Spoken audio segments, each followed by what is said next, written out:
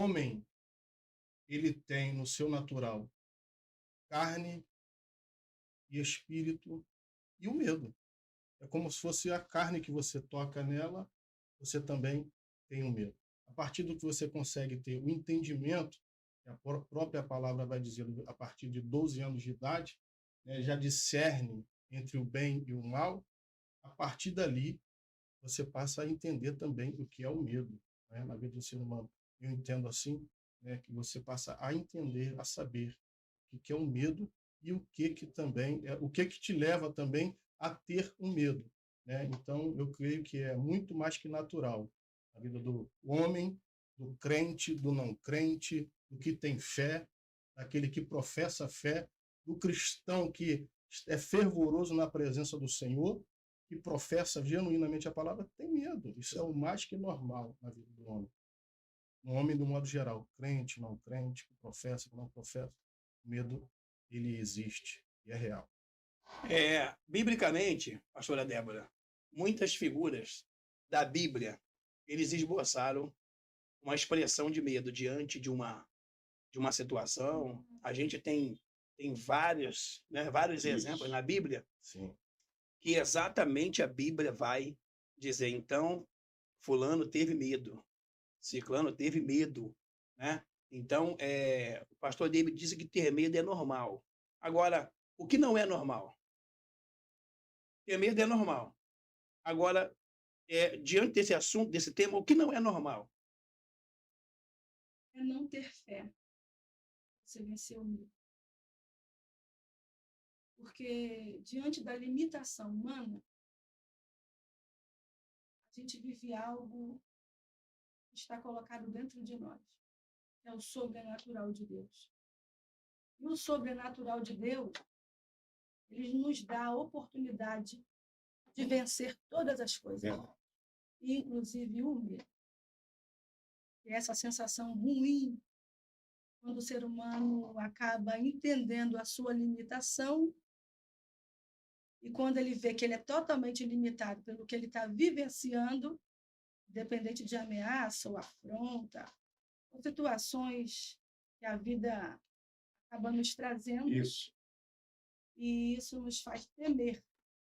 Porém, diante de algo que o Senhor tem nos dado, que é um espírito de fortaleza, como diz em Timóteo, pela fé, nós conseguimos obter toda essa coragem em Deus.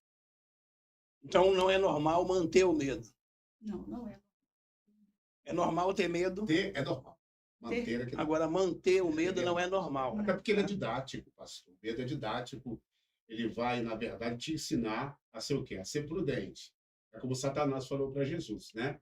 Se tu és filho de Deus, precipita isso daqui, né? Até lá embaixo, né? E Jesus disse, não tentarás o Senhor, teu Deus. Então, quando a gente tem o Espírito Santo, como a nossa pastora falou, a gente tem a fé. Então, a fé, ela é aquilo que nós não vivemos por aquilo que vemos, vivemos por aquilo que nós cremos. Então, a fé, ela vai nos levar a ter o medo de uma forma controlada. Ele vai ser medo, mas ele não vai nos parar. Isso é todos os dias, né?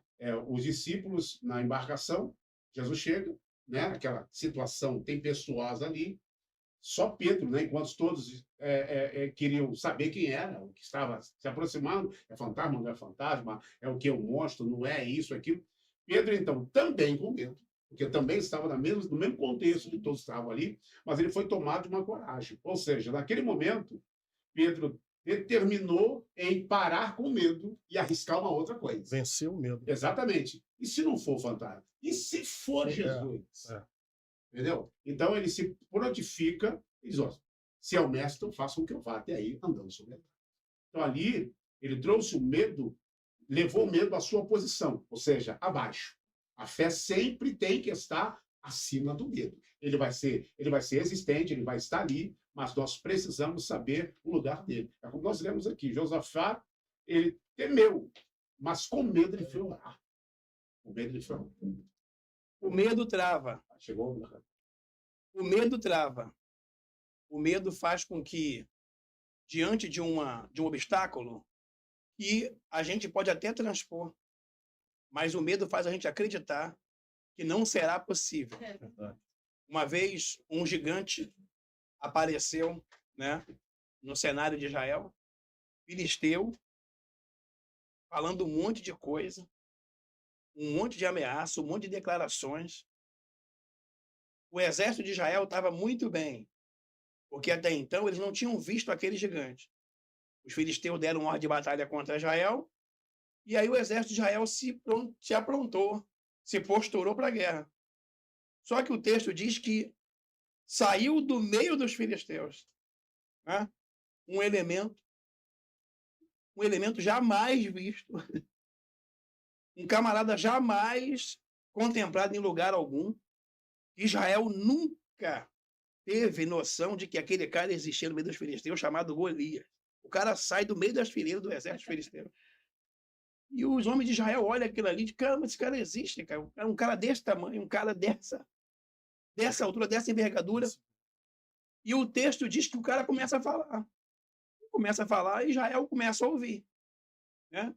Eu acho que também o medo vem por aquilo que a gente ouve. Não houve resposta. É?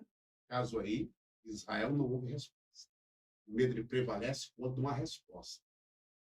A fé, ela tem resposta. E ela precisa da resposta. É verdade. Porque você, no caso Israel, né, foi afrontado. O gigante afrontou. Quem é que responde? É interessante, pastor.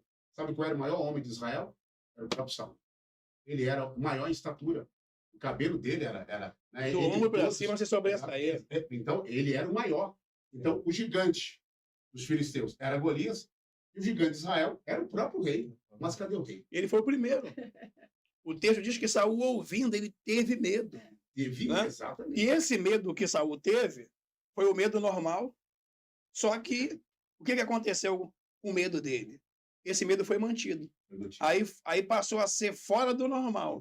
Porque o medo... espírito do medo. Exatamente. O medo é normal. Quando ele não é controlado... Todos os demais ficaram. Sim, ele foi o primeiro a ter medo. Contaminou. Aí o que acontece? Aí o pai tem medo, a mãe tem medo. A tendência é o quê? Os filhos têm medo.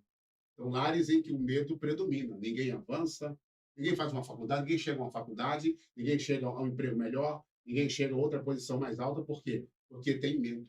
Então, aí como o senhor falou agora há pouco, medo paralisa. Sonhos, a gente está falando para homens e mulheres de Deus que têm até um chamado, pessoas que têm até um chamado de Deus, mas que não tomam posição diante do Senhor por causa do medo, da insegurança. Quantos ministérios parados, quantas almas que poderiam ser salvas por tantos que ainda estão com medo, que já deveriam ter perdido. Como isso é prejudicial? Muito prejudicial. E há de se entender que existe o medo e o temor. Que são distintos. E tem muitos que se apegam ao temor, mas na verdade estão com medo.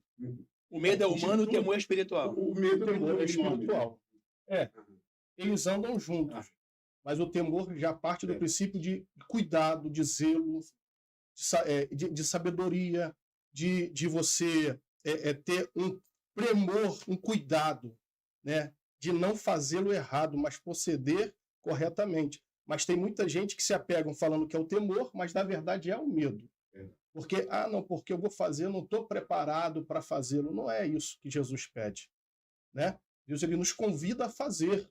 Ele não está falando de que forma, o jeito e de maneira, não. O resto é com a responsabilidade. Te convidou. Agora tem que perder o medo e tomar partido. Ir para cima, ir para frente.